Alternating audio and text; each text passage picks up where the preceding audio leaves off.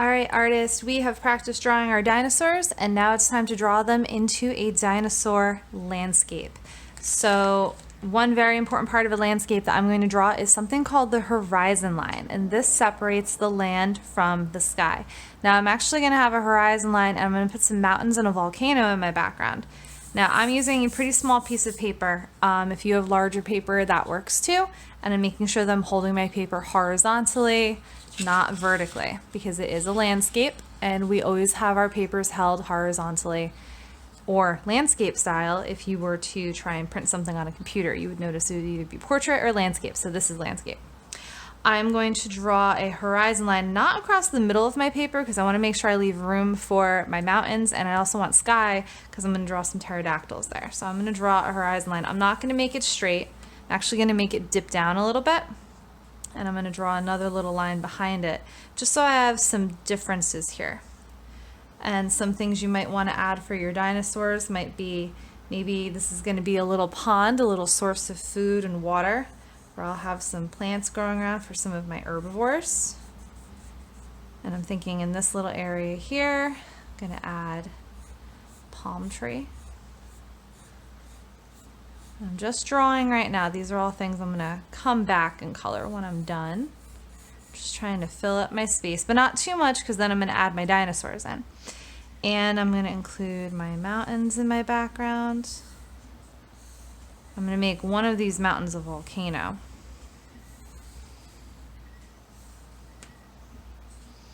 My volcano is going to have some lava dripping down. Maybe it's even exploding a little bit. And that's about it. Nothing too crazy here. I'm going to put a couple more plants by my palm tree. And now it's time to add my dinosaurs in. All right, I've got my dinosaurs drawn in. I have a Stegosaurus, a T-Rex. I actually decided to put 2 Brontosauruses. Didn't really have any room for a Triceratops, but it's an extra option. I did give you 5 dinosaurs that you could use in this project. And I stuck a pterodactyl up in the air. So I feel like I've got all my little areas covered.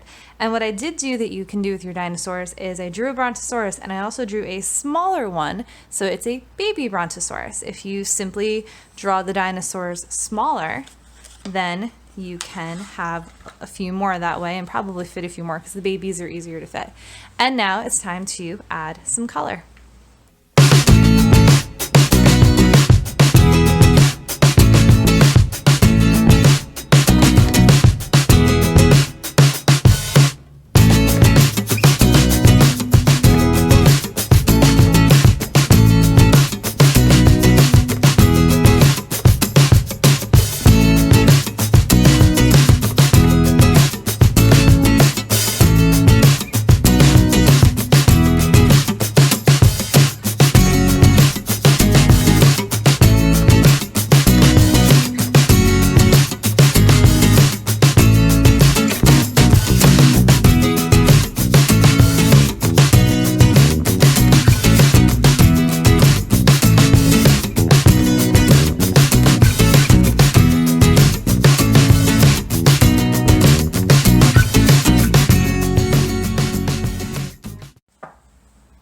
And there we go. My dinosaur landscape is all colored. If you want to go back to my first video introducing the lesson, you can see some of the other examples.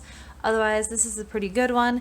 I use crayons to color mine, but you could use whatever it is you have laying around the house, whether it's colored pencils. I don't know if I would do it with marker, depending on how big it is, because it can be kind of a lot to color the sky and grass and things and large spaces like that with marker. So I would use something that you could blend, and that definitely comes in various colors, like crayons or colored pencils.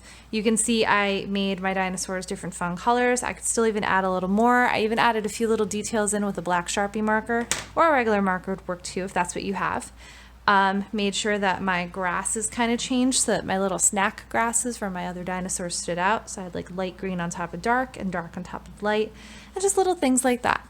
So draw your landscapes, add some dinos in, and make sure you color it neatly. Don't spend a lot of time doing a wonderful drawing just to make it sloppy with your coloring. And don't forget when you're done to send me a picture of your completed work. Can't wait to see them.